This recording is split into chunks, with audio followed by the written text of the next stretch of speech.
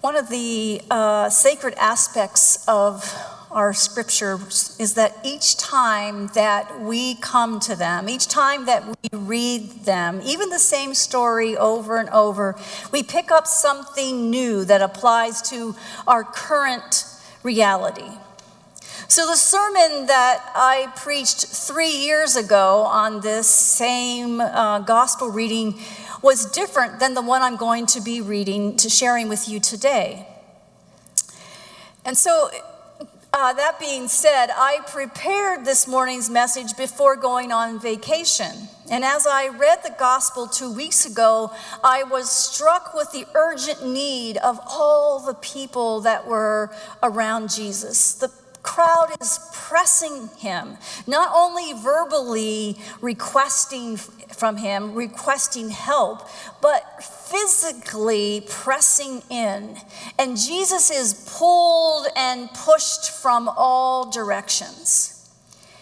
And yet, when a leader of the synagogue steps up and begs Jesus to heal his daughter, who's at the point of death, Jesus responds to him, changes course, and follows the religious leader to his home. Now remember, Jesus is now accustomed to the synagogue leaders giving him trouble. As a traveling preacher, they don't respect him. They disagree with his theology, and they have been very sneaky in their attempts to trap him. But Jairus is different. Jairus shows Jesus honor. He falls down at Jesus' feet and he publicly acknowledges that he believes that Jesus is a healer. He believes that if Jesus would just lay his hands on his daughter, she will be healed. She will live. And so off they go. But they're not alone. That ever-present crowd travels along, pressing in, crowding out Jesus, if you will, as they walk the dusty road. Well, unbeknownst to Jesus and the crowd, a woman who has been suffering with an illness for 12 years slips in on her hands and knees. That's how I imagine it. And she touches the edge of Jesus' robe.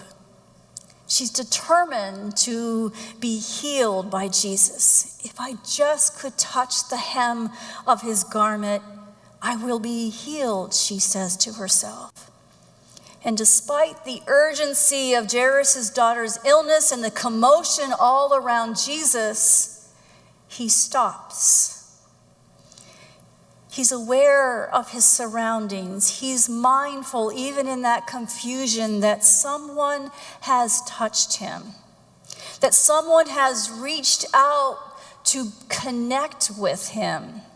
Someone believes in his power, and Jesus then in turn wants to respond and connect with them. Who touched me?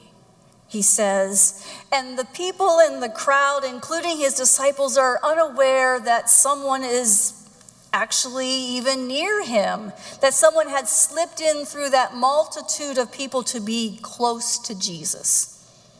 And so they question his intuition, but Jesus knows, and he calls the woman daughter. He brings her out into the open, and he heals her. So before vacation, I entitled today's sermon, Are You Annoyed or Don't Be Annoyed? I don't remember which. And when I asked Ryan on Monday about what my sermon title was, because we send these things off and I didn't have it handy, and he told me that, I said, Are you annoyed or don't be annoyed? So I don't remember what I had. And I thought, man, I must have needed that vacation, because while all the people are crushing on Jesus, I was only aware that Jesus remained calm, undistracted, not bothered by all the people needing him. He agrees to help the religious leader's daughter.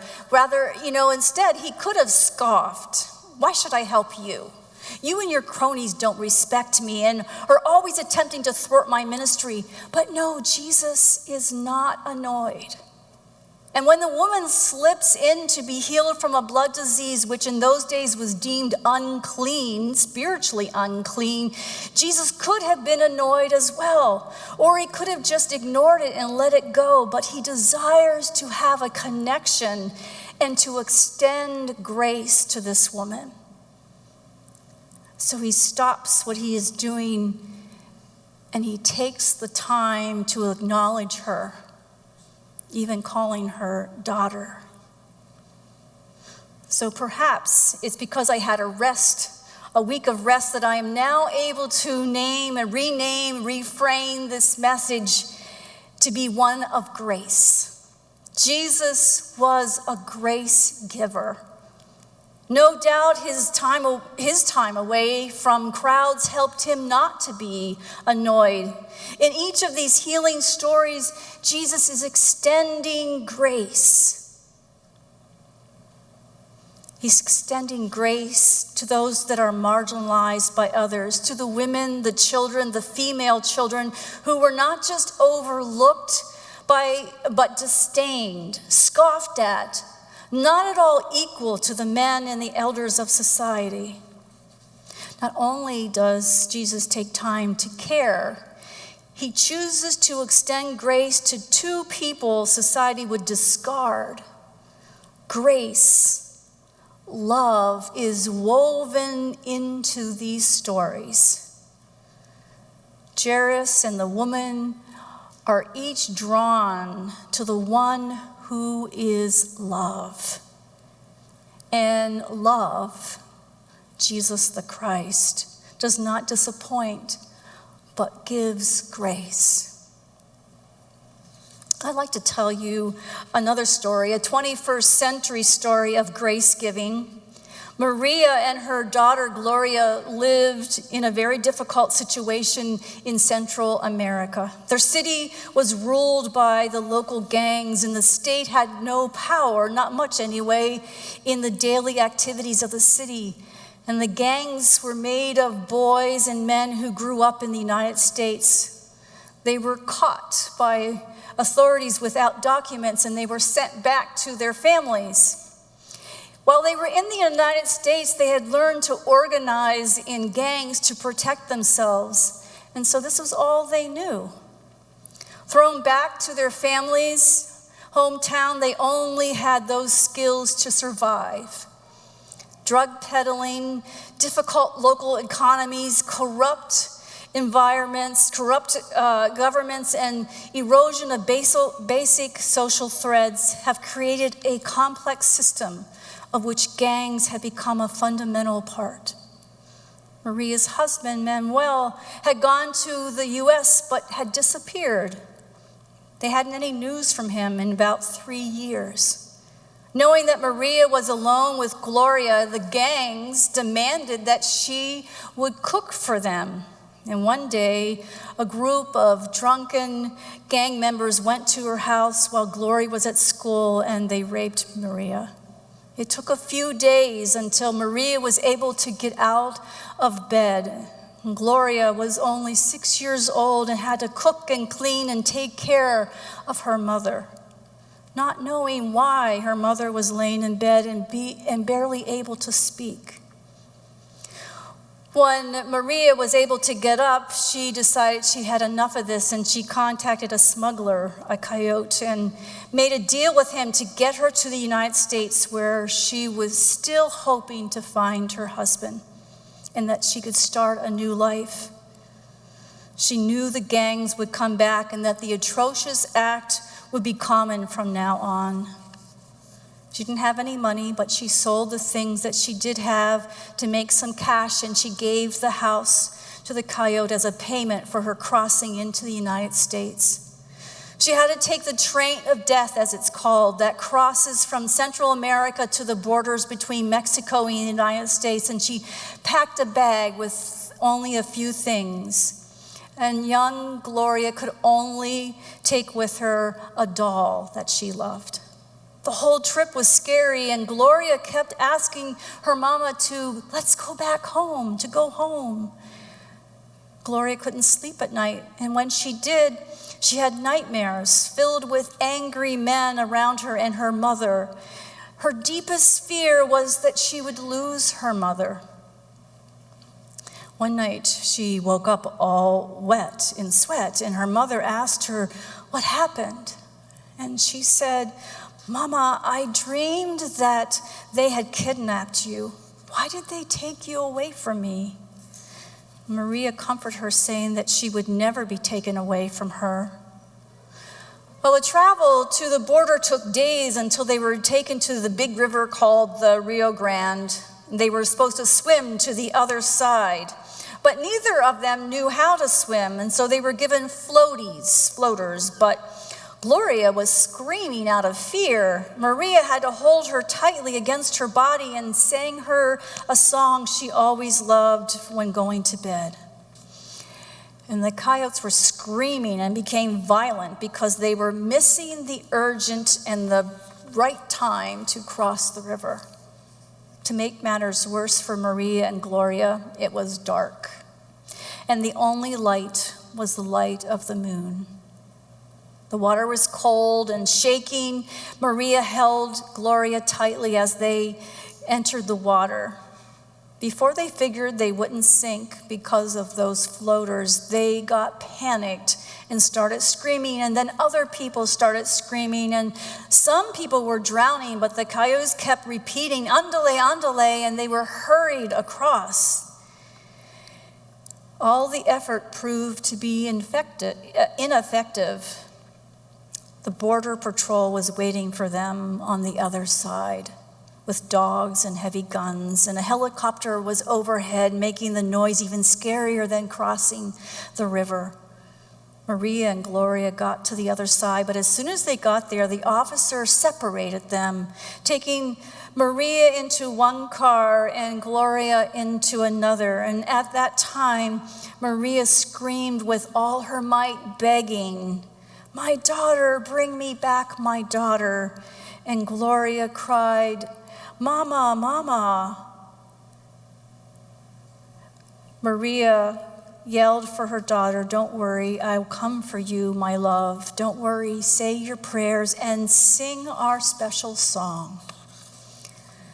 Well, shivering, they were taken to different private jails and left there for a long time. Maria didn't speak much and never left her cage besides going to the bathroom. But then Nancy, a lawyer who did pro bono work to help immigrants, was able to visit Maria. Nancy had been counseled by her colleagues not to waste her time with those immigrant people because it wouldn't get her anywhere in her profession. But this work was Nancy's life. It gave her meaning. It gave her life. And in her first conversation with Maria barely spoke to her. Nancy went to visit Maria every week, and Maria kept asking, "Where is my daughter?" Nancy was the only person who attended Maria, and so she decided it was up to her to go find Gloria. And it was a long process that took 12 months. Nancy found Gloria in a children's facility in Sonora, Mexico. Nancy went to visit Gloria. She was skinny. She barely spoke. But when Gloria saw Nancy and that she knew that Nancy knew her mother, she jumped off her bed and asked, "Where's my mommy?" Well, Nancy told her it was a bit far from here and that she would need to eat in order to be able to see her. And they hugged, and then Nancy pulled out her phone and took a selfie. She took this picture back to Maria to show Maria that her daughter was okay. Immediately, you could just see, Nancy says, the gush of life running through Maria's body and that her despair was lifted. They hugged, and Maria cried for almost an hour in Nancy's chest. Very soon, Maria, Nancy said, very soon. My friends, grace givers give of their time, their energy, their talents to extend tangible love to others, especially those in need, the least of these. Now, I'm not sure if Jesus had an itinerary that day when he started out his day, but if he did, he altered it in order to care for those who his society deemed unworthy. Nancy, the lawyer, chose to use her talent, her training to help those that our society today has deemed unworthy.